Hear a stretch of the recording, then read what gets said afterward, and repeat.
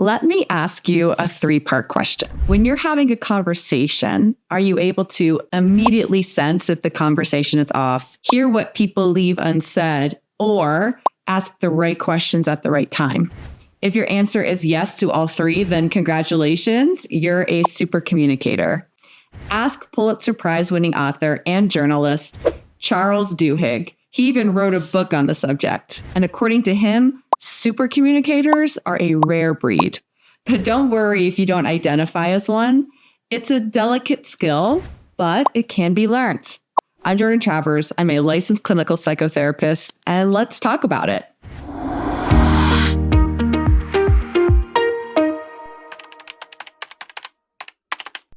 As a therapist, many couples walk into my office and say, I just wish he would listen to me, or why does she say things that she doesn't mean? And I know immediately that most of their problems could be managed, if not solved, if they just learned the art of clear and receptive communication. So I created a simple 3-part formula for you to follow the next time you feel like you're in for a tough conversation. And I call it the Diagnose, Dissect, and Debrief skill. This formula can help you break the most stubborn of conversation loops that you as a couple might be stuck in. But before we dive in, there's something I'd like you to keep in mind. This is a powerful communication tool that anyone can use in any conversation. The Supercommunicator's cape, if you will.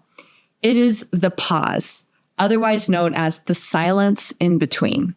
Without it, the formula is useless. And keep watching because I'll tell you when and how to use it. So if you're ready, let's go. Step 1, diagnose. According to Duhigg, every conversation has a distinct motive. And to simplify things, he classified them into 3: practical, emotional, and social. Your job is to diagnose the motive.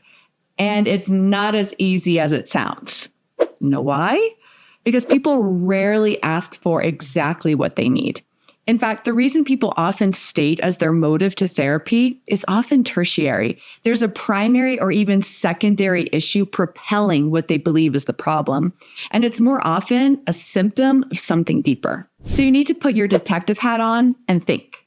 My partner's telling me about a problem at work. Do they want me to give them a solution, which is practical? Do they want me to offer support and validation? That's emotional. Or do they want me to share something similar that happened to me? That's social.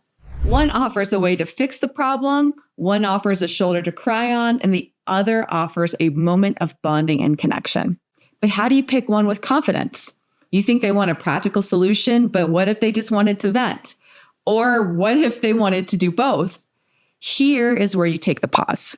A moment of quiet consideration. And if it still doesn't come to you, you move on to the next step.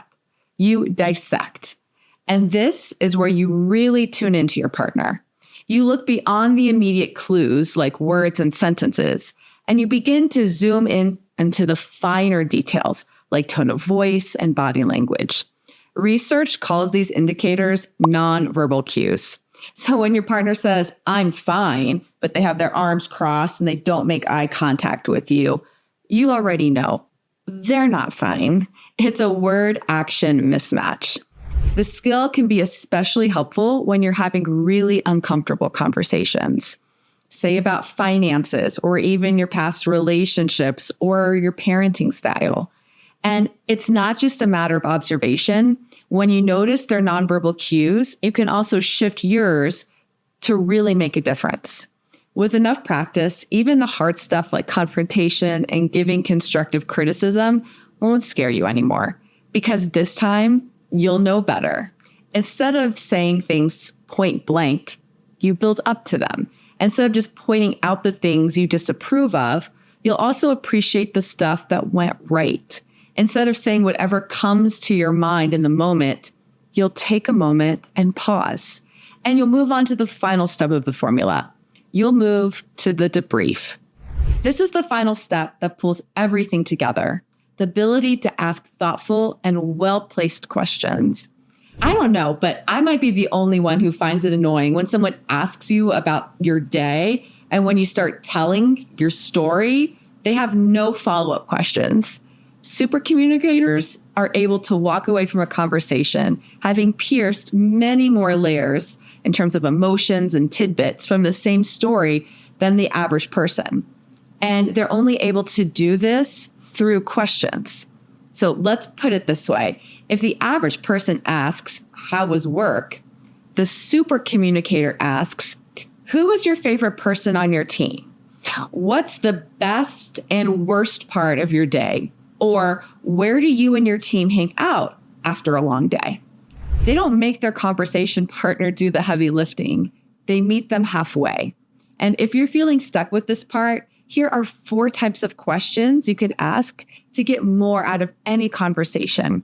Open-ended questions that allow the person to elaborate and tell stories. Deep value questions that go beyond factual inquiries and encourage self-reflection. Looping questions that repeat what your partner has said in different words that shows you're actively listening.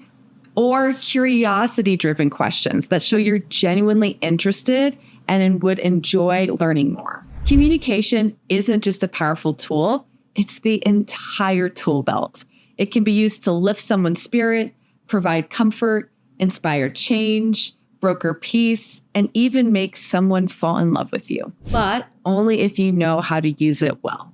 And this stuff isn't easy, so don't feel bad if you don't get it right the first time. Conversations are like dancing. If you get tangled up, you tango on. As always, if you want to share your thoughts with me, you can do so in the comments below. And like, share, and subscribe because we love to keep the conversation going with you. So until next time, I'm Jordan Travers. I'm the Clinical Director at Awake Therapy, and I'll talk to you soon. Bye.